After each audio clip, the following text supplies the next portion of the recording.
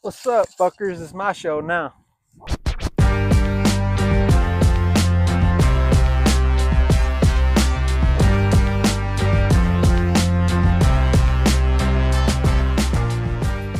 Welcome back to our podcast. This is our first Blue Collar Fridays. Here to answer questions, tips, and all of the above about the life. Let's get into it. I'm going to be interviewing Colby for this series, so let's get into the first question. Do you feel like blue collar work takes a physical and mental toll on people? Definitely. There'll be times you come home, fucking eat, shower, and pass smooth out. Where like there'll be days you come home straight exhausted. I mean, you're constantly waking up before daylight every day. Majority of the time, you don't get home till it's already dark. It's a lot of long hours, long days and nights. On average, I mean, you're working 50, 60, 70 plus 82 hours a week, if not more. To go along with the exhaustion, you're going to be tired from the day before, working 2, 3 weeks at a time, no days off. You're still expected to show up the next day, do your job to standard and quickly and efficient. You're more prone to mistakes and accidents. Accidents happen all the time. The real bad ones don't happen a lot, but when they do happen, it's pretty fucking bad. Have you ever had a really bad injury from work? Oh yeah, definitely. I swear I broke my ankle once. The way the motherfuckers built the scaffold to get to the weld, go up the ladder, then you had to climb straight over some about 4 or 5 pipes in the pipe rack, and then jump down to get to the floor to get over there to the weld. And I done been up and down a few times, fucking getting everything together. Before you know it, I go to climb over one time and I jump down and my foot caught the edge of a scaffold board. I heard my ankle fucking snap, crackle, pop, motherfucker. That shit hurt. Kept it pushing. I wobbled on over to where I was welding at, knocked my weld out. From the work area to the gate was about a 5-10 minute walk, right? So at the end of the day, when it came time to leave, it took me 40 minutes to wobble my ass to the gate to get to the parking lot. I went ahead and told my foreman, I was like, hey, bro, I'm fucked up right now. I'm going to take some days off and I'll be back whenever I can. I took, 2 or 3 days off. But when I got home that night, couldn't even take my boot off. My ankle done swelled up so much. I had to get my wife to pull my boot off. And I was fucking bitching the whole time, bro. Like it hurt bad. I swear my ankle was swollen up, boy. Cankles. Can't tell where they begin or where they end. Like behind your ankle where it like curves in, where it goes to your Achilles. It kind of like curves in a little bit, right? Well, on that foot now, that bitch is straight. There ain't no curving in nothing. Something's definitely out of place, but it's been years, so it is what it is now. Another major thing is cuts, pinch points, all that. They say never put your hands where you wouldn't put your. So, with that being said, I mean, you just gotta watch out. There's the line of fires, real big thing. People losing fingers, hands, breaking arms, breaking legs, getting caught in between pipes. I damn near lost one of my fingers by the grinder. As much as they preach that the guards on the grinder are there for a reason, I found out they really are there for a reason. The time I did it, I didn't have a guard on it. I went to grind part of my weld. I rolled my hand up. Well, my knuckle caught the disc, cut straight through the glove, and it was the stick ride gloves, so the thick ones. But it cut all the way down to the bone, and I could pick my skin up, and I could see the bone going down my finger and the bone going up my hand. I just cleaned it up and put some butterfly stitches on it, and kept pushing. Just simple shit like that. Like accidents can happen at any moment, so you always got to be on the lookout for that and know what to do and what not to do. And then you also got to worry about the guy next to you. Maybe he's not 100% that day and he ain't thinking right, got shit going on at home or something. And since his mind's in a different place, that can cause something bad to happen to you also.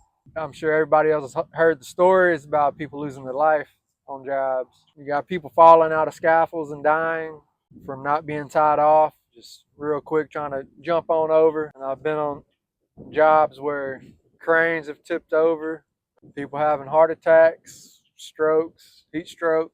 All kinds of shit can happen at any moment, especially working out in the elements and also like random freak accidents. It doesn't happen all the time, but it's more common than you think. How long have you been welding? Probably about 11 years, I'd say. And what age were you when you started? 21. I'm 29. 11 years. I'm You 32, y'all. he liked to lie about his age. Tell everybody I'm 29. Do you feel your job taking a toll on your body as far as like over time? At the moment, no. I still got some miles in me. So, but I do see people not that much older than me, and I can definitely see how it's affected them. So it's really just a matter of time. But also, then again, it also depends on how you take care of your body.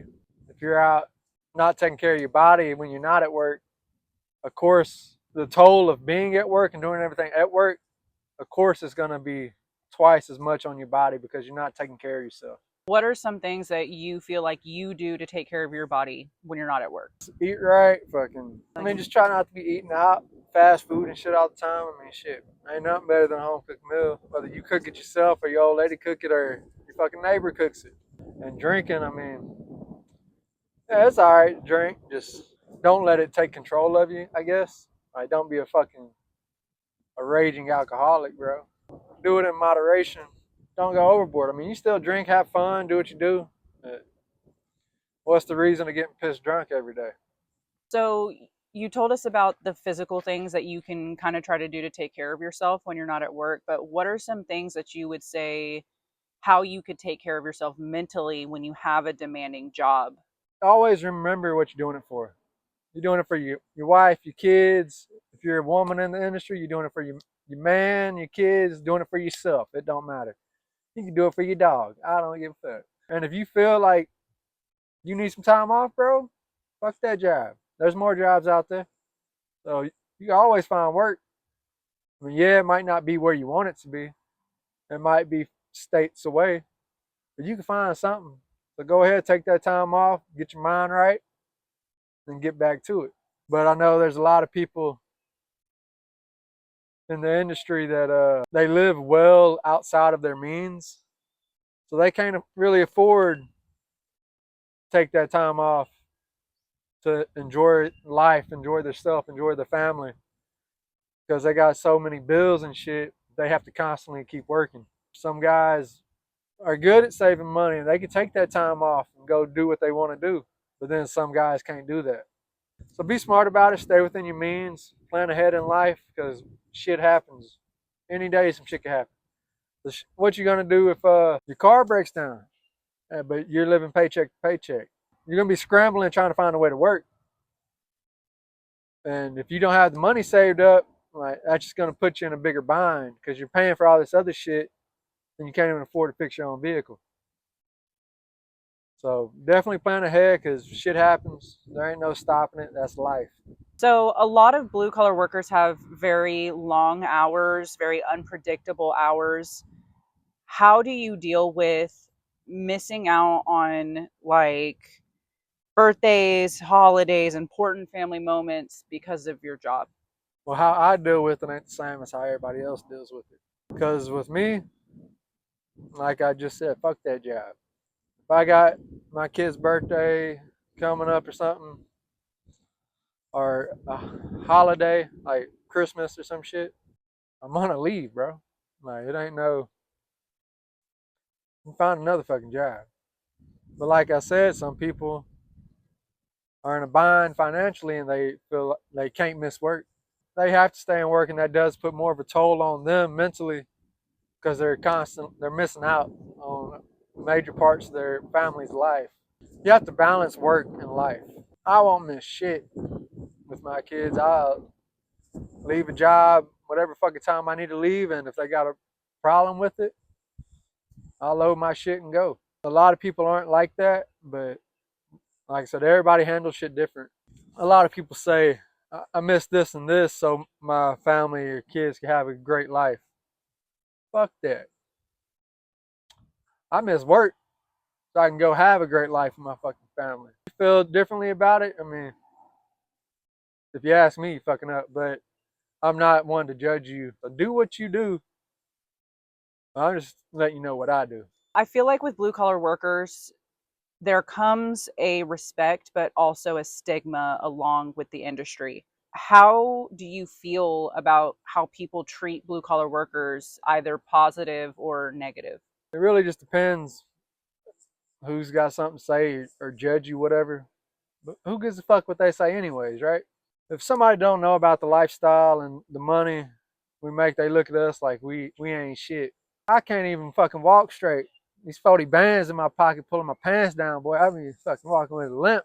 People that respect you and know about the type of work you do, they know you're a hard worker. They know you're constantly busting your ass every day. They know you're making good money, losing time from your family, but also you're there providing more for your family than a lot of these dumb motherfuckers that went to college. The people that think bad about us like to put college and all that on such a pedestal. A majority of people that went to college ain't doing shit with their degree they got. They ain't making damn near not even half the amount of money that we fucking make. But yet they got something to say like they better.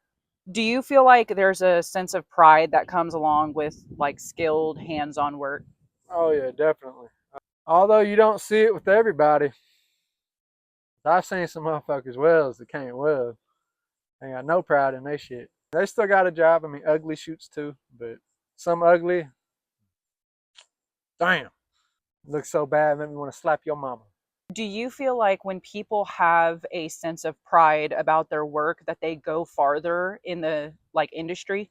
From my personal experience, I'm a perfectionist. That's anybody getting into the industry or any kind of blue collar industry. Work your hardest to perfect your craft. The speed that will come in time. So don't, if you just starting out doing anything, yeah, you might not be as fast as the guy next to you, but your shit gonna look better. And then once you do it for a little while, you're gonna be doing it just as fast, if not faster than the guy next to you, and your shit's gonna look better. Your supervision's gonna notice. Like they're gonna look at your shit, and they're gonna look at the next guy's shit. They see you doing a good job, and you're constantly pushing, constantly busting your ass. They're gonna keep you around. They're gonna try to push you on to the next job. When layoffs come, if they, yeah, you might be a little slower, but if they see you're constantly staying on it, and making your shit look nice, they're gonna keep you over the guy that just smokes out his work and the shit looks like ass. Definitely try to keep a sense of pride in your work. You'll make it. But also on that note, the industry's getting more and more. It's not what you know, it's who you know, or who you blow. But we don't fuck with them. All right, we don't kiss no ass. We just let our work speak for us, and you're gonna get there. So do you feel like what you do as a welder and in the refineries is it can be kind of like a seasonal thing as far as Uh, like job opportunities? oh yeah, like if you want to chase shutdowns, that's definitely seasonal. If you're running new construction or just other little jobs. I mean, if you lose a job anywhere, I'd say close to Christmas time, it's hard to find another job that close to Christmas. So that's also, you need to keep your finances in order, because I mean you might be off for a couple months, but have enough saved up, pay for your shit.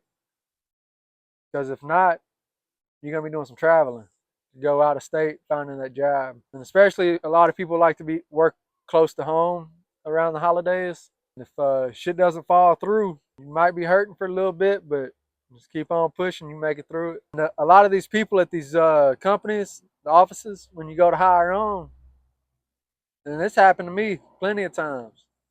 Oh, this job's fucking 3, 4 months long. Shit, you be there 2 weeks, job's over. They lie to you just to get you in the door so you can start fucking working. They're just doing what they got to do to fill their quota to get people in there to work, to hurry up and knock the job out. So you also have to be prepared for shit like that. And I've also been on jobs where the plant has kicked the whole company out. Keep that in mind also. But then you're right back on the, got to be on the hustle. Looking for another job, calling people, calling recruiters, trying to get in somewhere. Do you feel like it's easy for you to form bonds with other blue collar workers in the industry, like at the jobs that you end up being at? Yes and no. Because I don't like a lot of people. Just because I talk to you at work, I mean, As far as that's gonna go, motherfucker, I don't like you. I know how you are. I ain't gonna try to hang out with your dumb ass after work. I can barely stand you right now. But then again, you do have people that you meet and you click with so well. Y'all go to family events together. Y'all treat them like a brother, sister. Y'all form that bond, and y'all know that y'all always gonna be there for each other through thick and thin, help each other out when it needs to be done. And I met one good buddy of mine. I met him years back when me and him were both helpers. But we clicked up on one job, and hell, that was 12, 13 years ago. And we've been tight ever since. He comes to my family's house. I go to his family's house. We kick it like we're brothers. He was even in my wedding. Like, he was one of my groomsmen. I mean, you do form a bond with certain people, but you also keep in mind not everybody's for everybody. Do you feel like you've met anybody in your industry that kind of became like a mentor for you? Oh yeah, 100%. When I first broke out welding, I wanted to weld with the guys I that I looked up to, that I thought were jam up fucking welders. Well, I was young at the time, so I considered all of them the old school cats. So that's who I always wanted to be with, like, because I know they know their shit, and I want to learn from the best so I can be the fucking best. But I'd rather weld with an old school cat than the youngster any day. And I was trying to keep up. They used to call me Hines. Ask me why?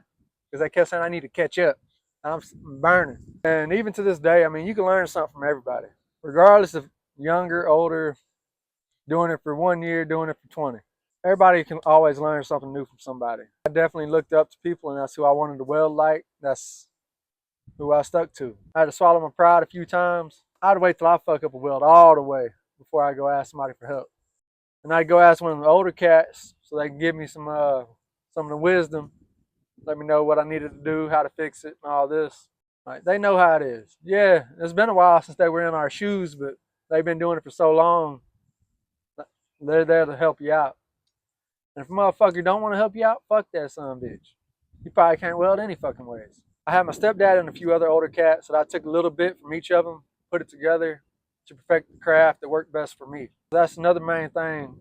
You take something from each and everybody, because everybody does shit different, and you put it all together to figure out which way is best for you. A little story time. I was brother-in-law with this old school welder named Rafa. We were downhilling some probably some 30-inch, I think. I want to be like him, so I'm in there, fucking burning. I'm non-stop fucking just burning rides. And every time I look up, this motherfucker's just kicked back chilling. That boy smoked my ass on that weld. Like, he was like a pass, 2 passes ahead of me the whole fucking all day. If I had any questions about how I was doing, like, he'd let me know, and then I'd see how he would do it. So then I'd try it like that and then start working. I'd rather weld with somebody that I feel like is better than me, because that's going to push me to do better on my side of the fucking pipe. So my shit looks like theirs or looks better than theirs. But yeah, there are going to be times where you're going to have to be that mentor. If you get stuck with a younger cat, and you're going to have to, like, nah, bro, take your time, do it like this, do it like that. Because you got to remember how you were treated, how you came up. You still want to put that wisdom and knowledge out to other people and help them get to your level. There ain't no fucking gatekeeping in this motherfucker. If you do, like I said, you probably can't weld for shit any fucking ways. We're here to make money. We're here to help each other out. I want to thank y'all for watching and listening in on our first Blue Collar Friday. There'll be more to come, more questions answered, and more explanations about the life and the work and everything in between. If you got a question, comment, send a message, whatever you got to do, and get back to work.